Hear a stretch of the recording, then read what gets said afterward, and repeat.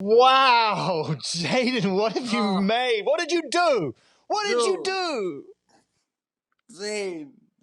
I don't know. I'm just trying to make the kids happy right now, man. That's it. I'm just trying to give them a little something, something. You know. You know what you sound like? You sound like you made yourself happy, first and foremost, on this one, bro. You sound so at ease in this song. Crazy. I care so much.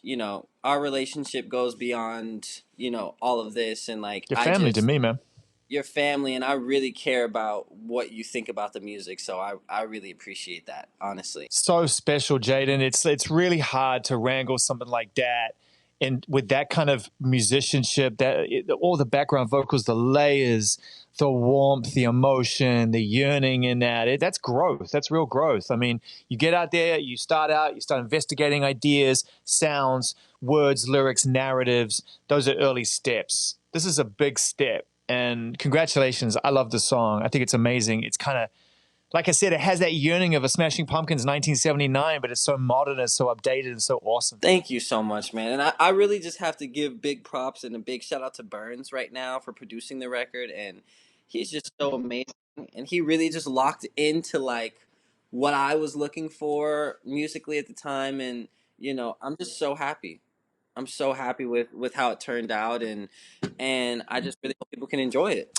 Man, Marshmallow Pies, I feel like that line seems to be the whole art direction of the whole thing. I feel like you're sitting in front of some kind of sunset marshmallow pie type thing. You took all of the hue that was outside in nature on your previous era, and it's like you're bringing it inside, is what it looks like to me. Totally. That's exactly what I'm doing. I'm bringing it inside, and I'm making it more of a world that other people can participate in. And actually, this is great for me to let you know, because this album is called Cool Tape Volume 3.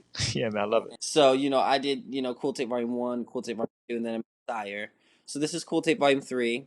And it's kind of like bringing all my fans who have been with me from the beginning, since before Icon Living, since before Sire, and kind of updating them on to everything that's been happening. But with that being said, this is also a prequel before Sire, so it's kind of taking place when I'm like 15, going all the way up until 17, and like, how did Sire get trapped in the sunset? Sergeant Pepper's Lonely Hearts Club Band. It's listen. I mean, if you want to talk about absolute bona fide instant vintage classics, the kind of thing that continues to inspire generation after generation. Let me ask you an honest question as we're playing that right now. The kick of this at home with playlist that we're working on that you've lovingly provided for us. What do the Beatles mean to your generation? What do they mean to your friends? Is the stock as high as it always has been? Tell us from inside that room. It is. It's high. I don't know. I'm blown away by the Beatles. Like every day, like I get up and I'm just like, wow, the Beatles like actually like that happened. Like I don't know. Like I'm at a loss for words with everything that they've ever done and every album that they've ever made. And Sergeant Pepper is my favorite album of all time. Who introduced you to it? How did you discover it?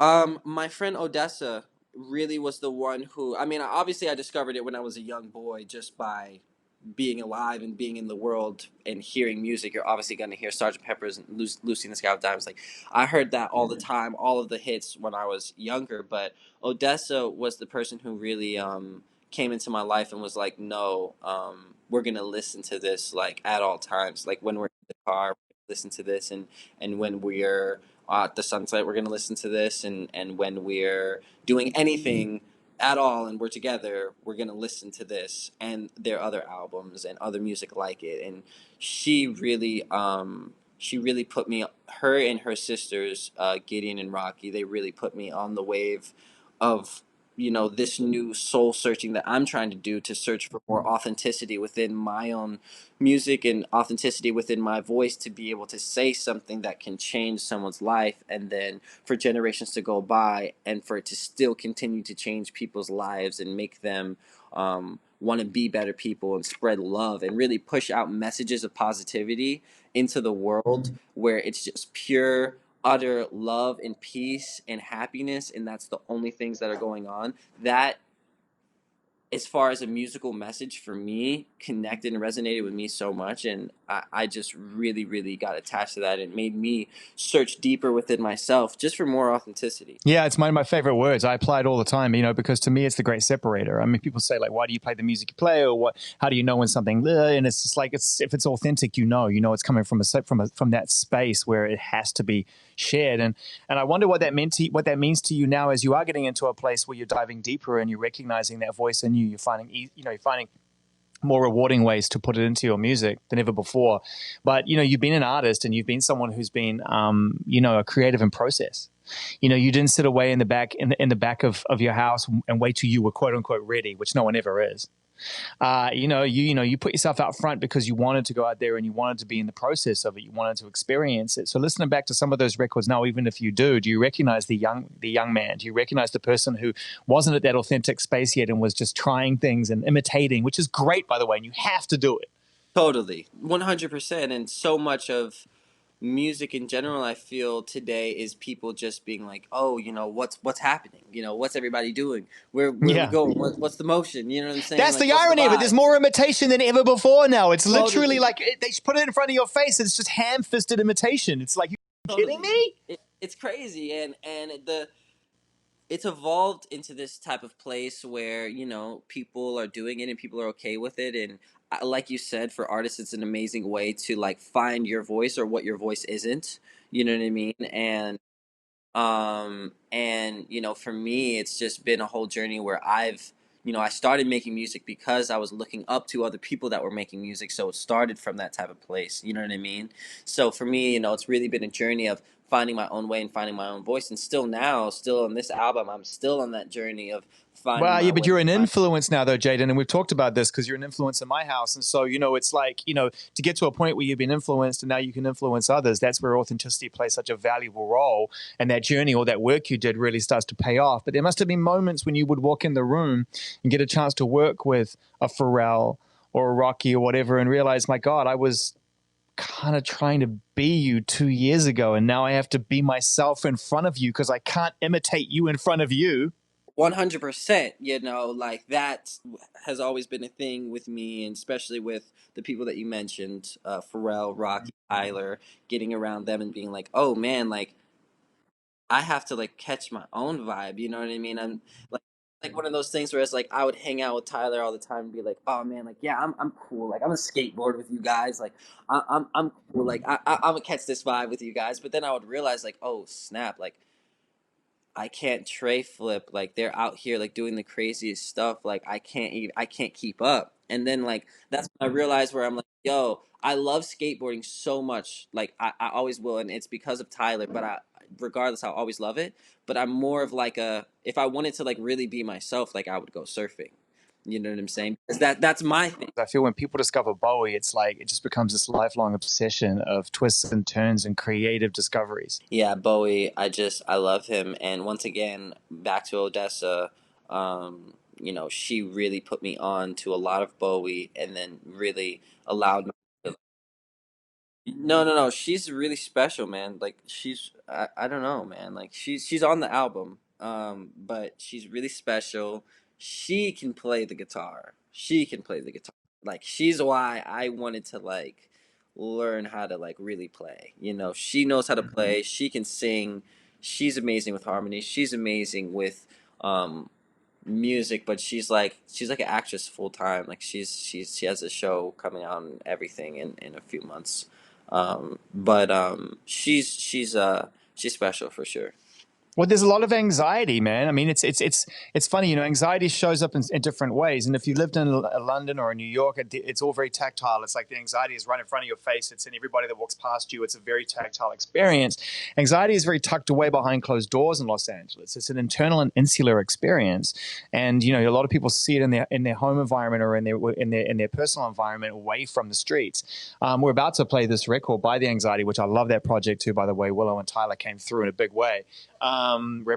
Rep and Misfits. But you must sort of recognize the concept of that now that you're older to see it and how it relates to this city. It's an anxious city. It really is. It really is. And like, it's funny. I was just like before this, I was on the phone with my friend, and they were just like, I'm so anxious all the time, and I'm worried about this, and I'm worried about that, and I'm like, oh, like da da da, this, that, and the third, and all these questions just about life, but then also just about normal things too. And it's like it did make me realize the anxiety is going through the roof for everybody, and it's crazy. And I never really knew what anxiety was until recently either, where I'm just like, man, I'm just worried about, like, I don't even know, like, I'm just stressed, like, about everything, like. And it's really crazy. It's really crazy, and it doesn't happen to me too much, but when it does, it happens, like, it's very strong. Do you talk to your sister about it? I mean, I'm assuming, and man, correct me if I'm wrong, but Tyler, who I know is a deep and sensitive soul, and your sister have called this project their anxiety for a reason, and I'm sure they're tapping into the global, psychology and the global consciousness of it. But do you discuss it with family and with your friends when you go through that, because it's like the pathway to relief? 100%. I definitely do discuss it with my sister, with my friends, and talk to people about it. Like, yo, we're stressed about this, or we're stressed about that. Sometimes it's work related, and then sometimes you can really see when it's that true, genuine anxiety where it's just like anything, everything.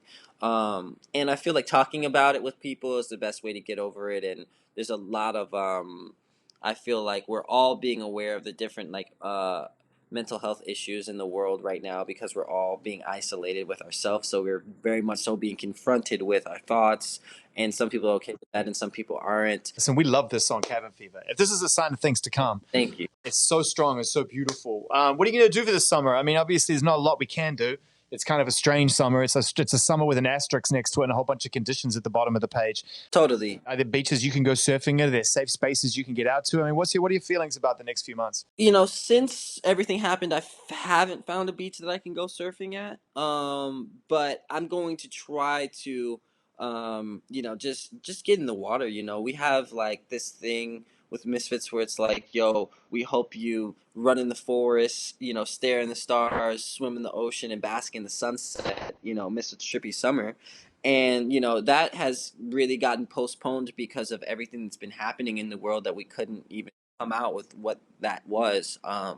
But we still feel that way in our hearts. And I just hope that every day that I can just get as much sun as possible, and try to find an ocean to get into, even though I haven't been able to. But I want to spend as much time in the water as I possibly can this summer, as social distance as possible. But I just don't know. Well, let me tell you this, man. From what I can tell right now, you're in an incredible space. The music is a reflection of that. I'm super excited for everything that's coming. I always love to talk with you, bro. I always love to connect with you and see what's going down. And nothing but love from me and the family. You know how we feel about you, man. We hold you close to our hearts. So thank you for the time as always, man. Peace.